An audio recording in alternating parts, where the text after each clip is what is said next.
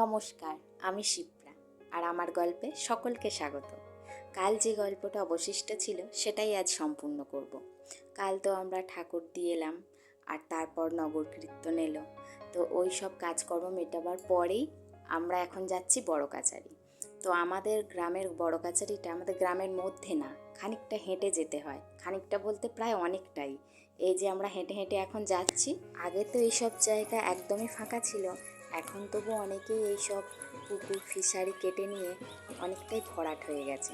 না হলে এই জায়গাটা একদমই ফাঁকা আর শুধুই চাষের জমি। এইখানেই আমাদের ভোলে বাবার মন্দির। মন্দির এখনও ঠিক করে তৈরি করা হয়নি, তবে সবাই চেষ্টা করছে এখানটা ভালো করে একটা মন্দির করা। এখানে না চৈত্র মাসে বেশ বড় করে পূজা করা হয়।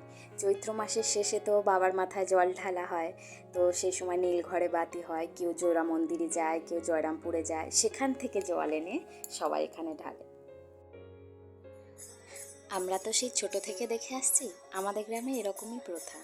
তো মৎসবের সময় যেখানে মৎসব হয় সেখানে তো পূজা হয়ই, সাথে সাথে দুপুরে আমাদের এই বড় কাছারিতে এখানেও পূজা হয়। এখানে অনেকে গণ্ডি দেয়, ধুনো পোড়ায়।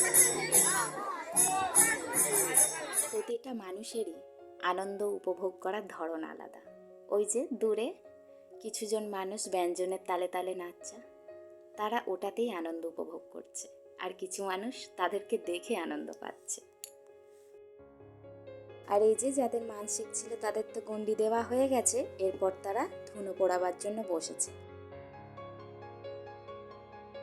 এই যে আমাদের গ্রাম্য সংস্কৃতি সত্যিই সুন্দর। এই পূজা পার্বণগুলোই তো মানুষকে একত্র করে, এক জায়গায় নিয়ে আসে। মানুষের মধ্যে সেই বিশ্বাস আস্থা আছে বলেই এই সংস্কৃতিগুলো বেঁচে আছে।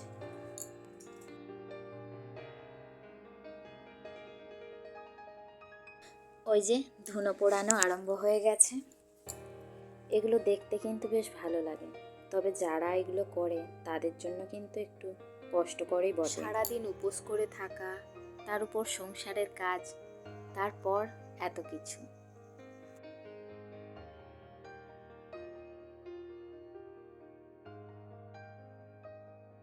আর এখন শুরু হয়েছে হরিল্লোল।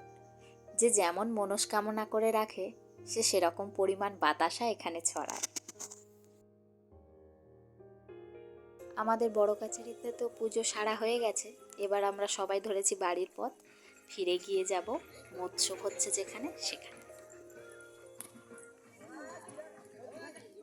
আর এই যে শুরু হয়েছে আমাদের মেন যেখানে মৎসব হয় সেইখানে ধুনো পোড়ানো। আমরা তো বড় কাছারি থেকে আস্তে আস্তে বিকাল হয়ে গেছিল, তার পরপরেই এখানে চলে আসতে হয়েছে। সত্যি এই সৌন্দর্য অপরূপ।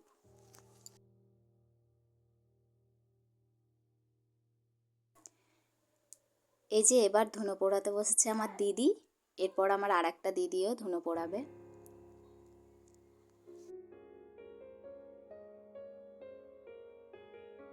আজকের গল্পটা তাহলে এখানেই শেষ করছি। যদি ভালো লাগে একটি লাইক করো আর চ্যানেলটি সাবস্ক্রাইব করে রেখো। আবার দেখা হবে নতুন কোনো গল্পের সাথে।